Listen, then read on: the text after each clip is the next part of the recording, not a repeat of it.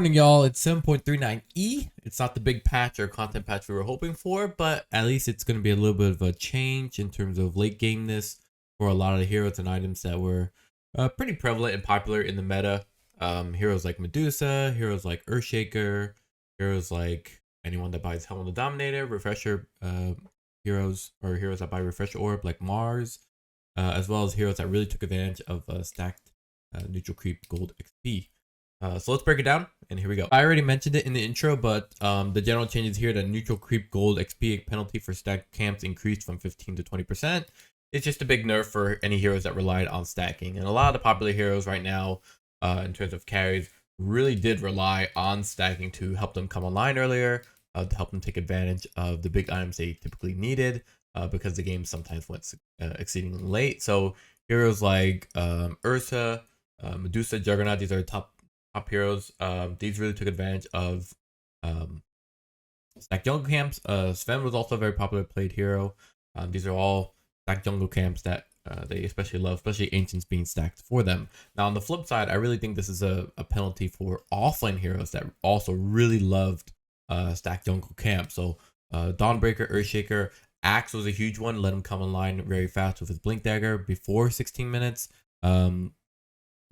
Another one will probably be like Centaur going blade mail, popping salve, and we saw in the previous patch that blade mail was nerfed. So all this is culminating into these offlaners maybe coming online later, getting gold a lot slower, and thus having less impact in the mid game. That will then determine the outcome of the late game. Okay, so in terms of item changes, I think some of them are pretty obvious for you to recognize that they are notable, or at least worthwhile to mention. So let's start with Aeon Disc. Combo Breaker now starts on a 6-second cooldown after being disassembled for the first time. And basically what would happen is that people would keep it disassembled, and it would allow them to, I can't spell for shit, but it would allow them to basically avoid having it triggered when getting jumped, knowing that they can escape.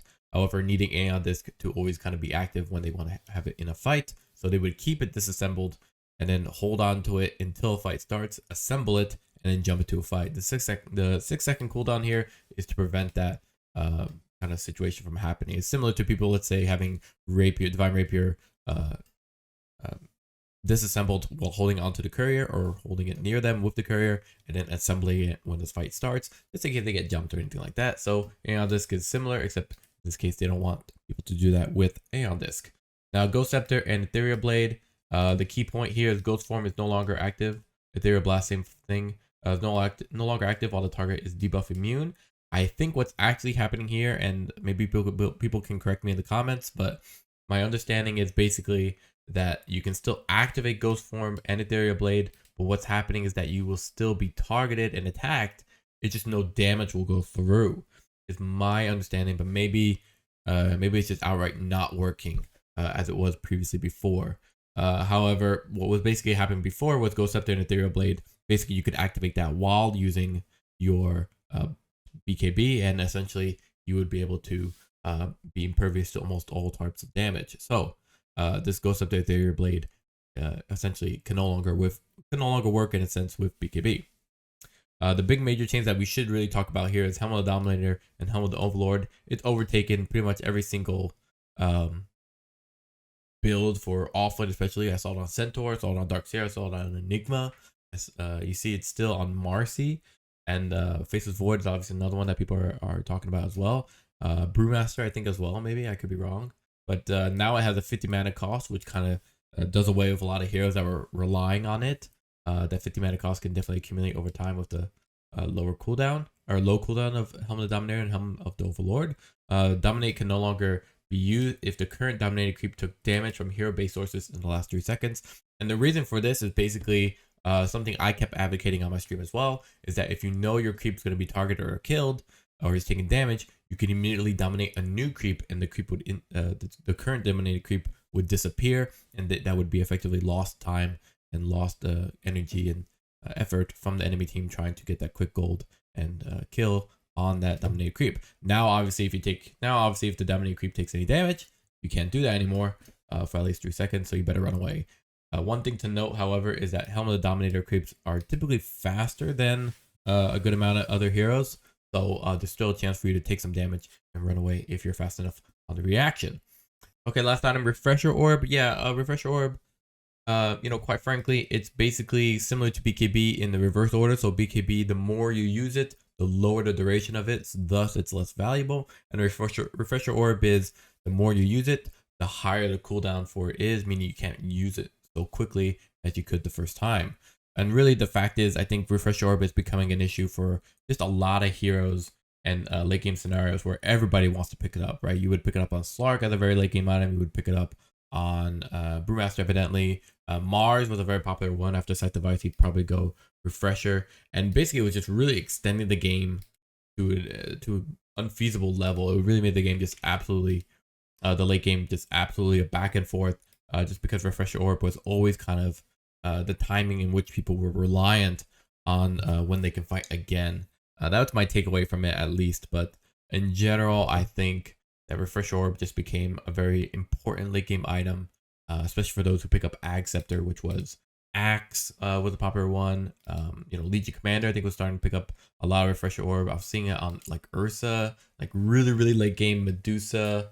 Yeah, just a lot of heroes were reliant on Refresher Orb for the double BKB effect. It also really nerfs Earthshaker. Is probably one of the most important heroes here that gets significantly nerfed. Means his late game impact is not as it's not as paced as quickly, as I guess is the word I would use. It kind of forces him to have to pick up Octarine Core, or rather Octarine Core is now even more synonymously important if you pick up Refresher Orb, because now the percentage cooldown reduction is even more significant with Refresher Orb. I forgot to talk about neutral item updates. Really simple. Self-exile now makes the user invulnerable and immobile for the duration instead of hidden. Basically, that's for that Juggernaut that you saw at TI. Now, when Juggernaut uses the Omni Slash on someone who has Outward Staff, it essentially still continues through, even though Outward Staff has been cast. That's pretty much it. So in terms of hero updates, yeah, there's a lot of heroes that we could talk about real quickly here, like Beastmaster. We can see that some of his moves have been nerfed. His damage has also been nerfed initially on. So really, his early game is kind of weakened, especially with the Helm of the Dominator effect being nerfed, as well as the stacking, which was kind of Beastmaster's bread and butter to kind of get a quick catch up onto his mid-game start items. Centaur Warrunner, losing that workhorse, which was his Scepter. He didn't lose it, but the cast range is again decreased. It was already kind of hard to pull off the workhorse, meaning you really had to be on top of your opponent, or top of your target, your ally, with the workhorse to pick him up. Also, it was kind of slow in terms of his casting, but nonetheless, yeah, the 250 makes it even harder. Dawnbreaker is another one that we should talk about real quickly. Is that Scepter or Linger duration decrease from 3 to 2 means that picking up the Scepter on Dawnbreaker is even less effective than it was before. It also makes Dawnbreaker just a little bit less annoying in terms of damage output, even though she hasn't really done anything except walk towards you or probably throw out a Celestial Hammer. And then Disruptor as well. Disruptor was probably a very popular Pos 5 support hero that was coming up a lot recent times. Just a great hero that keeps kiting a lot of melee heroes that we were seeing in popularity, like Ursa. We were seeing on Sven. So Thunderstrike, the slow duration bonus decreased from 100% to 75%, means that the initial levels of Thunderstorm Facet, which was the initial pick for Disruptor, is a slightly less efficient, but honestly, it's not that notable at all for most people. For the higher levels, for sure, for most of us, still kind of a good pickup choice. And the early game harassment is still very annoying with Thunderstrike and auto attacks plus the slow. So Earthshaker is probably the big one we should talk about here. Earthshaker, having all these effects change really slows down his farming, really slows down his early game damage, meaning that he's a lot less effective in farming and as well as getting the items that he would want to typically have. Since they also nerfed Refresher Orb, it just means Earthshaker's late game as well as his early game and his farming in the mid game are also just significantly impacted by these changes, right? The aftershock damage being decreased all the way up to the late game where it's by a 20 amount, by minus 20, I should say, damage decrease. The Fisher damage decrease also from 90 to 75 means that your level 10 power timing, we'll call it power spike, is also significantly weakened. It also makes farming a lot less efficient. You have to get up to 15, I think, with the shard to even pull it off, if at all. I have to double check that. It just makes Earthshaker just overall a very weakened hero. I'm sure people are still going to play him, but maybe they won't be quick to rush him as a 3 and stick to either a 2 so you can get those levels quickly, or stick to Blink Dagger as well, or stick to 4. But that's again my guess. We'll have to see how the meta plays out. Okay, we should talk about Kez. There's a video from a new talk about it. I haven't got a chance to review it because I just woke up. But for Kez here, he's been added to Captain's mode, probably what the thumbnail is going to look like. The base mana regen increased from 0 to 0.25. This helps alleviate a little bit of his mana issues. I still think he picks up Falcon Blade, but or at least maybe even 2 of them. But 0.25 mana regen is at least nice to have.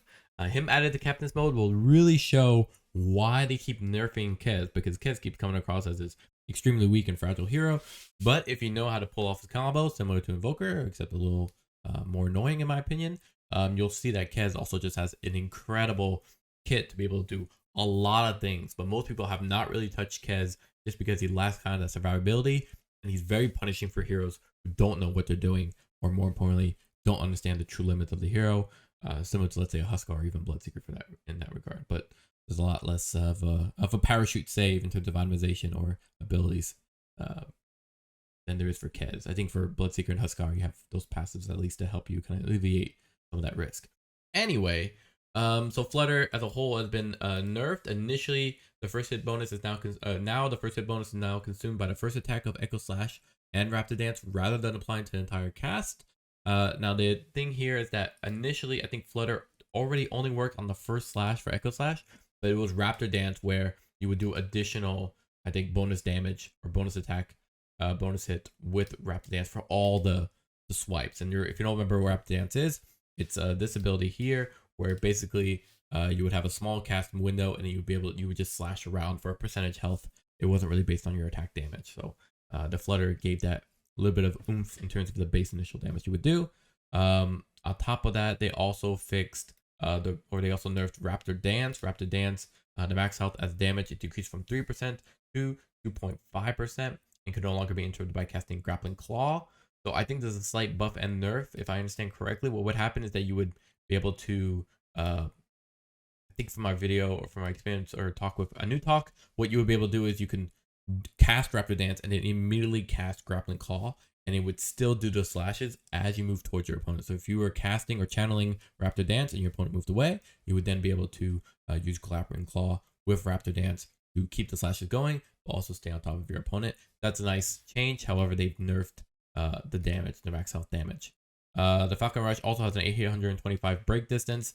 This was a slight, I wouldn't call it a bug, but the break distance helps kind of those niche circumstances where you were Falcon Rushing, charging towards somebody with a Falcon Rush, and what would happen is that they would blink away or they would have time to get away with, let's say, a Faceless Void Time Walk, and effectively what would happen is that Falcon Rush would continue chasing that guy to the end of time. Now there's a break distance of a pretty significant amount, so that at least has been fixed. And then lastly, there's a decrease of Shuttle Side Mark Critical Strike decreased in the early levels, and this is, I think, more in line with Falcon Rush Shuttle Sai combo, or what we see a lot is Raptor Dance, I mean to say Echo Slash into Sai, or Sai into Raptor Dance. So what would happen is during the laning stage, and you see this is probably one of the primary ways of why Kez can survive in the mid lane or even in the safe lane, is that he would cast Shuttle Sai parry. He would get harassed by a support, let's say an auto attack Crystal Maiden, or by Queen of Pain, and he would basically parry that, mark the enemy with Shuttle Sai from that parry, and then he would then immediately switch stance with Flutter to Echo Slash and Echo Slash the opponent, and they would effectively take not only bonus damage, but they would take crit damage from that Echo Slash. So that's why, again, this has been probably nerfed in the early levels, not affected at the later levels. Just a heads up on that. A really nice nerf for Magnus. I'm sure you guys have seen a lot of Magnus in your games. Just a very easy hero to be able to pull off, Harpoon Skewer or just straight up Reverse Polarity Skewer. The fact that he can now be hexed or stunned, or let's say affected by Astral Imprisonment by Outward Destroyer, means that now it actually stops him from casting Skewer. Because basically what happens is that you would see a Magnus blink in, and he would immediately cast Skewer with, let's say, a turn rate going on.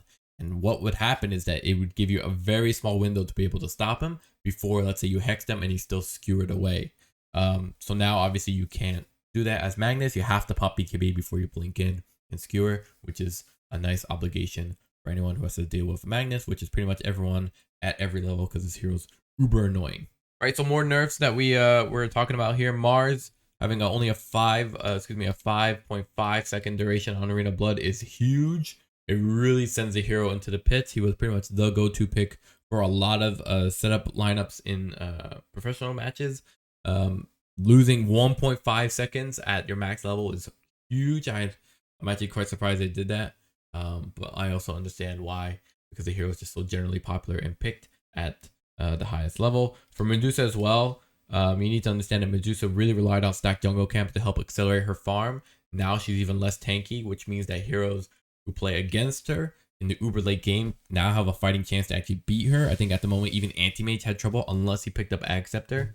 Now uber late game Medusa is not as tanky as it was before, thank God. Okay, I just want to roll through some of these last points here, like Sand King. Did anybody know that blind debuff that it affected towers? I didn't even know that. Maybe I don't play enough Sand King, and that's probably true, but I had no idea that was a thing. Arcane Curse lowered cooldown is also really nice. The hero is pretty much a menace, also a very high popular hero, or highly successful support hero. Didn't really need any items, had pretty good range on his abilities, which made him relatively low risk depending on the enemy lineup.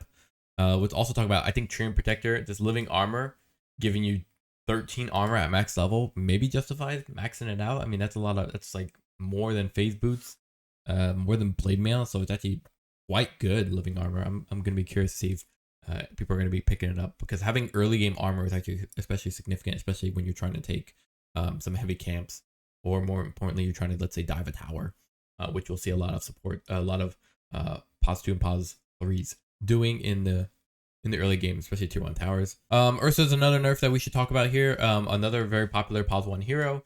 I think this one's probably the more notable change here. I think 0.1 second, nobody's going to really be able to tell for the Axe Shard at Earthshaker, although it's very good. I think this level 10 talent Fury Swipe reset time decreased from 12 to 9 seconds.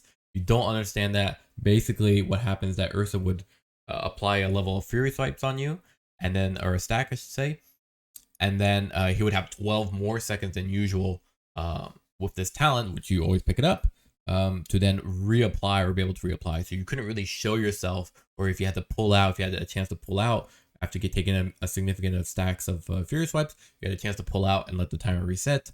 However, with 12 seconds additional, it was like, I don't know, like 45 seconds or so. I can't recall, but it was definitely a significant period. And so now with 9 seconds, it's a little less than before. So you have a little bit of a smaller window to then jump back into that fight, or more importantly, to, let's say, hinder Ursa so he has to pull back, and then you would have a little bit of a breathing moment before you took another stack of Fury Swipes.